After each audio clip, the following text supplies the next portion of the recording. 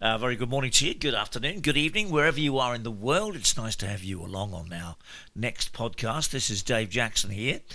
We broadcast from a system that we call NBBC, and that stands for Newcastle Beaches Broadcasting Company. That's the Newcastle in Australia, not Newcastle upon Tyne in the UK. We are actually in Oz, just north of Sydney. It's great to have you along. We've been making a little series of podcasts about scams. Number 3 is coming up now, of which I had an article sent to me, and I thought I must share with you because it was an article that was originally, I think, presented on the ABC, but it's been around the internet for a few weeks now, and I thought I must relay this onto our podcasts. However, just watching a bit of news and catching up with a couple of things on television a few minutes ago.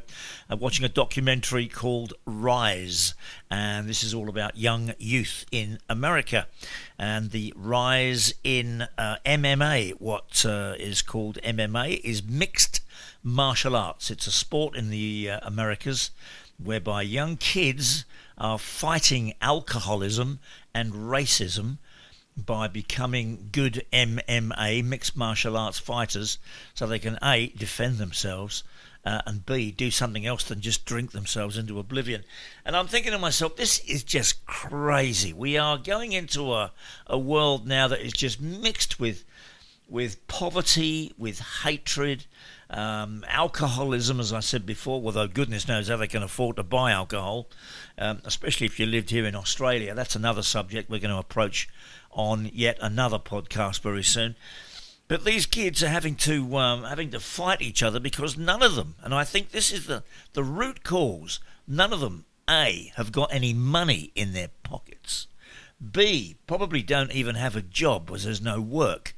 So I'm just hoping that Mr. Trump really can fix the problems of America, because it seems that it is sliding down a never-ending drain hole of what's the word I'm trying to think of here? Not desire, completely opposite to desire. It's sliding down the drain hole of oblivion. It's quite sad. So I'm just watching that, and I thought to myself, some of the problems of these people that are suffering all this with regards to poverty and alcoholism, etc., as because they've been born by scams. They've actually been scammed and had their money taken away from them by some idiot out there who's got no scruples whatsoever. So this is why I think it's very important that we expose some of these, and we'll be back to talk about the next one after this. Hi, this is Dave Jackson here. Now, we're broadcasting from a system that we call NBBC, that's Newcastle Beaches Broadcasting Company, but we're doing a series of programs which I would like to call Financial Freedom FM. In this case, FM doesn't stand for frequency modulated, it stands for family media. Now, we'll make some programs here and some podcasts, and we hope you have a listen, and we hope you find some of this stuff interesting. If you'd like to get in touch with us, you can always call or text our studio number, which is +61 for Australia, 0468 404 844. That's +61 for Australia, 0468 404 844, or simply send us an email, studio@nbbc@gmail.com. We'd love to hear from you. Yes, it's back to revealing some of these nasty scams we've been talking about over the last 2 podcasts. I got, just after I made podcast number 2, which I think dealt with a situation whereby someone that we knew was scammed online through a non-genuine romance. It was a dating app. Another friend of mine sent me this article from the ABC, which goes into saying that this woman thought that Graham, he was the guy online, was a real, genuine man. And apparently she lost $32,000 in an elaborate romance baiting, which is called pig butchering. Isn't that a terrible name? It's called a pig butchering scam. And this is what someone that we knew went through a few weeks ago. It says here, Sydney single mum Vida thought she'd met a lovely, genuine man on the dating platform Tinder. She matched with someone going by the name of Graham, and before long they were sending hundreds of messages back and forth, getting very excited because you met somebody new. Why would you not do that? It's part of being a human being. But unfortunately, 2 weeks later, she was scammed out of $32,000, all borrowed funds from family and friends. I still don't understand why anybody would send anybody money that's just met someone online. You don't know who they are or what they're about, but still people fall for this stuff. So the story goes on. Now, she believes Graham was a persona created by a criminal syndicate, and his messages were straight out of a script expertly designed to manipulate. The type of scam Vida fell victim to goes by the brutal term pig butchering. Brutal term, I meant to say there, pig butchering. It's a terrible name. It's really quite, it's just got no ethics at all to it at all. What is pig butchering, it says here? Right, pig butchering draws its name from the concept of fattening up an animal for slaughter. It's sometimes also called romance baiting or sha zhu pan. That must be some sort of a Chinese term. Not marzipan, that's what you put on a cake. Sha zhu pan. In practice, scammers befriend victims by earning their trust, then encourage them to invest in online trading platforms, including cryptocurrency, before stealing their money. Now, we know this because the Australian Federal Police released a pig butchering how-to manual ahead of Valentine's Day to help people spot scammers. The AFP outlines 4 steps pig butchering scammers tend to follow. Packaging, and that's creating the persona. Raising, building trust. Killing, investment scam, luring them to invest, and then the cash out is when they steal your money. You can see this playing out in Vida's story here on this article. The hook, a heartbroken man looking for love. The nightmare all started for Vida when she was matched with a profile of someone claiming to be a 35-year-old man called Graham from Campbelltown in New South Wales on Tinder. Graham told her he had been single for 3 years after his girlfriend died of breast cancer. One of the things that drew me to him, she said, was how dedicated he was in his work and business, although he'd been through a hard time. He also didn't talk sexually, which 99% of guys do online and can be off-putting. So I felt like I could open up to him, and he even said he was looking for an emotional connection.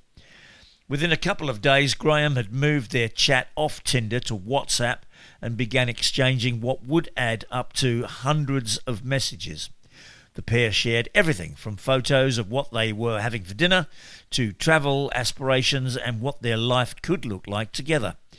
We had the same goals, Vida says. I thought we were so alike because he wanted to retire in about 10 years, and that's exactly what I wanted to do.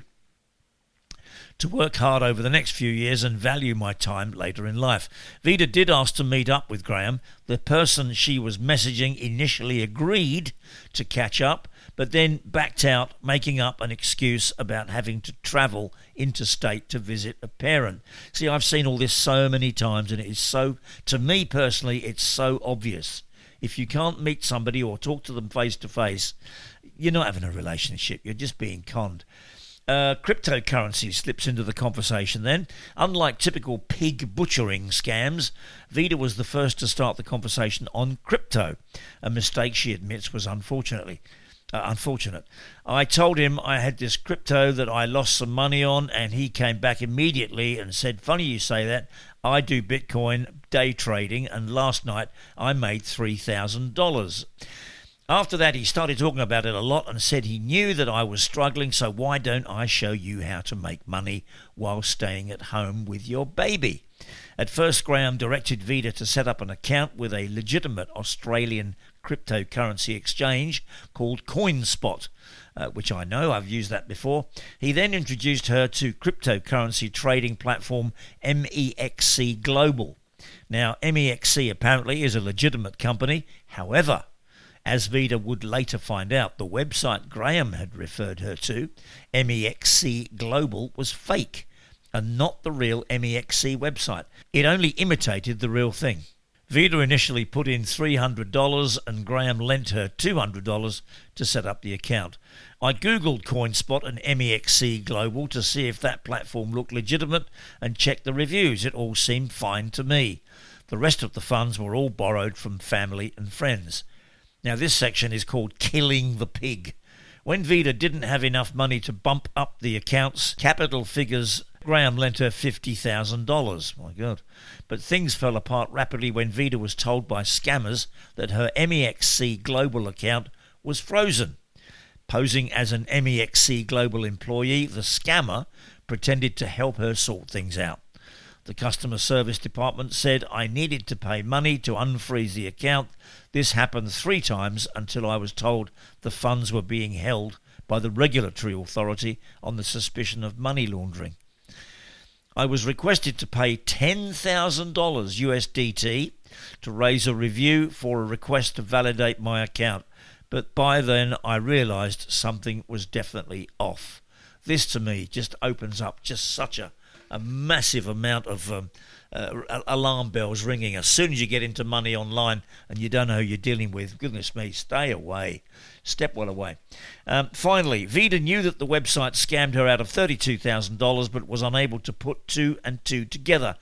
I didn't know whether Graham was the scammer or whether he didn't know about it and lost his money too.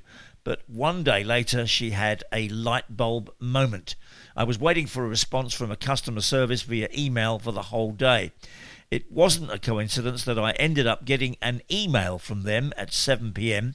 At exactly the same time Graham messaged me back.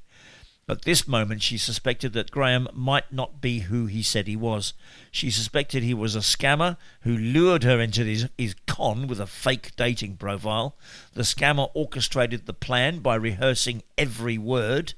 The supposed 234,000 USDT I had earned was meant to be used to pay off my debt to friends and family.